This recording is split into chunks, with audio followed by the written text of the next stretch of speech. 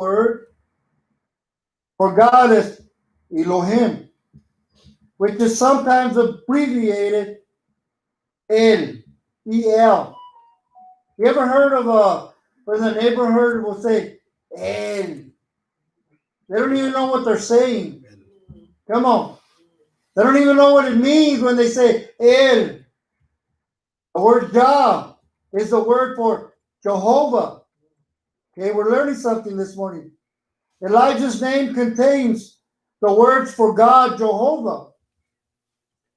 But in between them is a small letter I, which in the Hebrew means my or mine.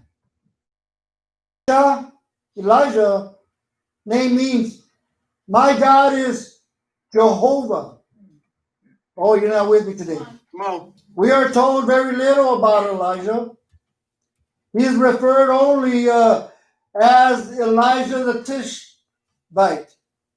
We know nothing about his ancestry, his parents, or his early life. And we know very little about Tishbite, where he's from. We don't know exactly the location of that place, other than it was in Gilead, which was a place of solitude,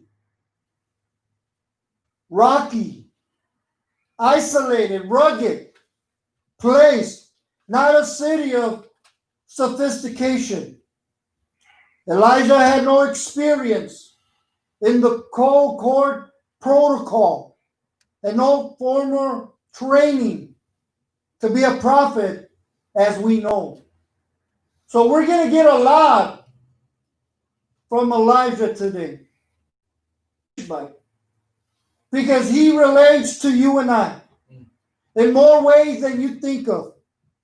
Bible says in 2 Kings 1, 7 and 8, write them down, that he wore a garment of black camel's hair with a leather belt around his waist. That was official dress of the Old Testament prophets. He was a hairy man.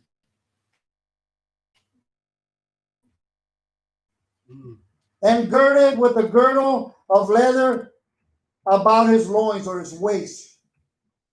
And he said, it is Elijah the Tishbite. So when we began to put these scriptures together, his manner of dress were symbolic of his priorities. Material things were not his focus. He didn't care if he had cattle or if he had camels or if he had a house. Hello. Material things were not his focus. All that he understood was that he had a mission from God. Now the modern day Elijah, you and I, somebody say amen.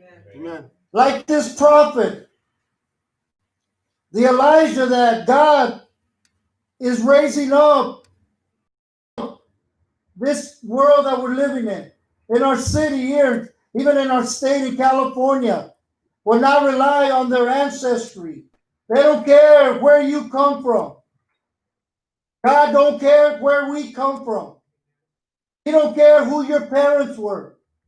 He don't care what your abuelita and your abuelito was. Are you with me today? He don't care who they were 50 to 100 years ago. He didn't care about your credentials. He don't care about your education. God don't care how smart you are or if you dress properly in the kingdom or what denomination you are. Are you with me today? Somebody say amen. Amen.